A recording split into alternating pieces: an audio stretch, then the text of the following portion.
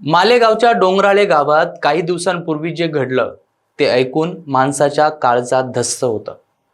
अंगणात खेळणारी 3 वर्षाची चिमुकली, जिच्या हातात अजून रंगीत खेळणी होती, जिच्या बोलण्यात अजून बालपणाचा गोडवा होता, ती काही तासातच मृतावस्थेत विद्रूप अवस्थेत सापडली। हे वाक्य उच्चारतानाही अंग शाळतंय, कारण हा अपघात नव्हता, ही एक चूक नव्हती, हा एक पाशवी निर्गुण अत्याचार होता। एका छोट्याशा जीवावर आधी लैंगिक अत्याचार आणि नंतर दगडाने ठेचून हत्या करण्यात आली। हा गुन्हा वाचताना माणसाला माणूस म्हणून जागा होतो।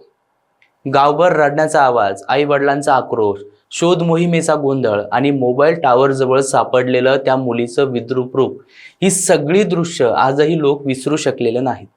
पोलिसांची धावपळ, आरोपीला पकडून केलेली चौकशी, न्यायालयात तैनात केलेला कडक बंदोबस्त आणि आता संपूर्ण महाराष्ट्राची एकच मागणी, त्याने एक गुन्हा नाही, हा समाजाच्या आत्म्यावरचा खोल जखम आहे। न्यायालयात तैनात केलेला कडक बंदोबस्त आणि आता संपूर्ण महाराष्ट्राची एकच मागणी आहे, या राक्षसाला कठोर शिक्षा व्हावी। हा फक्त एक गुन्हा नाही, हा समाजाच्या अंतर्मनावरचा खोल जखम आहे आणि या जखमेच्या कथा आजच्या व्हिडिओच्या माध्यमातून आपण उलगडणार आहोत। नमस्कार मंडळी, तुम्ही पाहताय सत्य पे सत्ता, म्हणजे थोडक्यात पण महत्त्वाचं। मालेगाव तालुक्यातील डोंगराळे या शांत गावानं काही दिवसांपूर्वी असा काळा दिवस पाहिला की आजही त्या ठिकाणी हवेतील दडपण जाणवत असतं।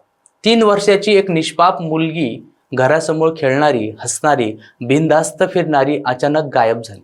दुपारी अंगणात खेळत होती, पण काही वेळातच तिच्या खेळण्याचा आवाज बंद झाला। आईने हाक मारली, वडिलांनी शोध घेतला, घरच्यांनी इथून तिथून पाहिलं, पण ती सापडली नाही। सुरुवातीला साधा शोध वाटला, जणू ती थोड्या वेळात परत येईल असं वाटत होतं, पण वेळ जसा जसा पुढे सरकत गेला तसं तसं घरातलं वातावरण थरारकपणे होत चाललं होतं।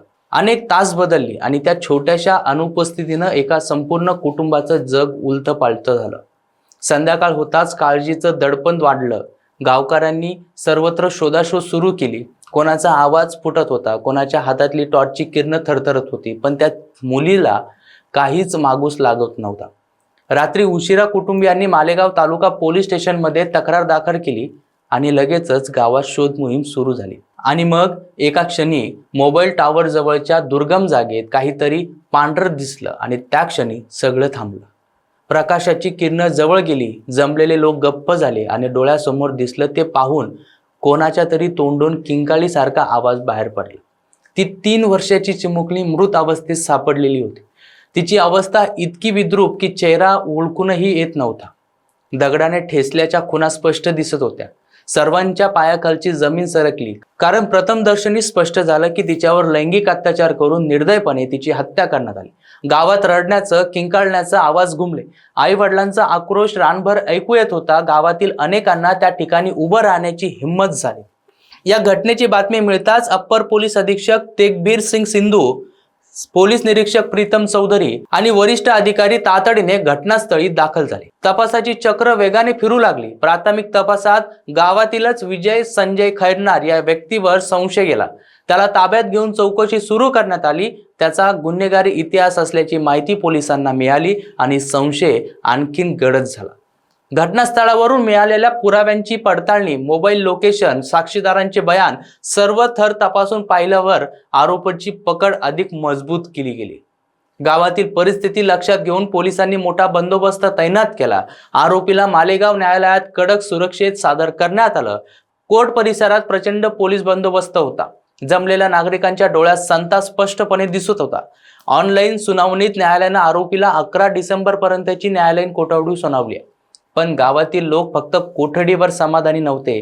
त्यांची एकच मागणी होती, या राक्षसाला अशी शिक्षा व्हावी की पुन्हा कोणीही अशा घाणेरड्या कृतीचा विचार देखील मनात आणणार नाही। या प्रकाराने राज्यभरातून विविध प्रतिक्रिया उमटल्या। शालेय शिक्षण मंत्री दादा भुसे यांनी थेट मुख्यमंत्री देवेंद्र फडणवीस यांच्याशी संपर्क साधून हा खटला फास्ट ट्रॅकवर चालवावा आणि देशातील प्रसिद्ध विशेष सरकारी वकील ॲडव्होकेट उज्ज्वल निकम यांची नियुक्ती करून बालिकेला न्याय मिळावा अशी मागणी केली आहे। सरकारने देखील ही मागणी तातडीने मान्य करत अधिकृतपणे आदेश काढत ॲडव्होकेट निकम यांची नियुक्ती केली। यामुळे आता या प्रकरणातील न्याय प्रक्रिया अधिक वेगाने आणि कडेकोटपणाने होण्याची शक्यता वाढलेली आहे। सध्या डोंगराळे गाव तणावाखाली आहे. अंगणात खेळणाऱ्या मुलांच्या मातांच्या डोळ्यात भीती आहे. प्रत्येक पालकाच्या मनात एकच प्रश्न पेटलेला आहे, आपली लेकरं किती सुरक्षित आहे. अशा अमानवीय कृत्यामुळे संपूर्ण समाज हादरून गेलाय.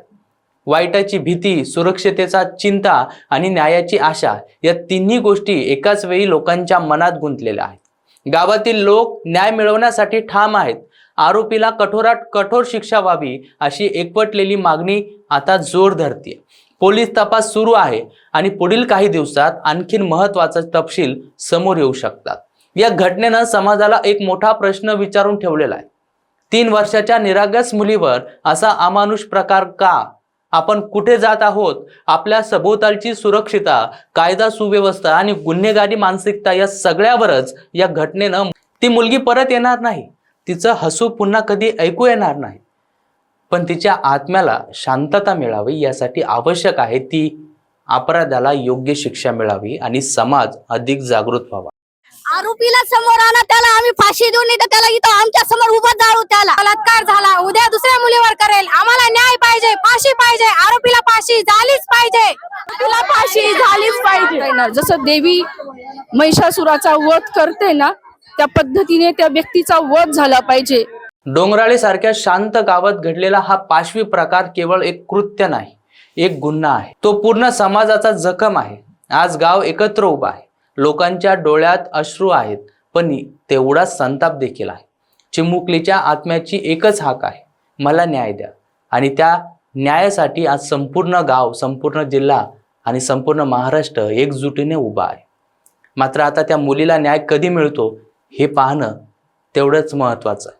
बाकी मंडळी, अशा घटना महाराष्ट्रात घडतात, त्याच्यावर वचक बसणं हे प्रामुख्यानं प्रथम कर्तव्य आहे. अशा घटना वेळीच रोखल्या गेल्या नाही तर येणाऱ्या दिवसात काय परिस्थिती महाराष्ट्रात होईल त्याचा अंदाज तुम्ही लावू शकता.